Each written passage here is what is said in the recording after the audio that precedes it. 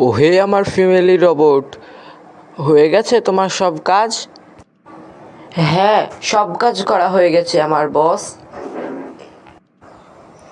আমি অফিসে যাব, আমার জন্য খাবার রেডি করো। করছি বস, আপনার জন্য খাবার রেডি। কি রান্না করেছো? এই তো গরুর গোশ, ছাগলের গোশ, রোস্ট, খিচুড়ি, পোলাও, বিরিয়ানি, দরজা দরজা দরজা দরজা দরজা করছো কেন? দরজা কি? না মানে ওইটা দরজা হবে না, সরি বস, ওইটা দরজা হবে।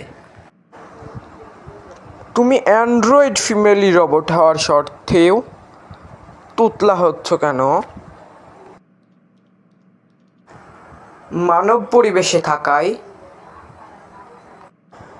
আমার খাবারগুলো রেডি করো, আমি অফিসে যাবো এক্ষুনি।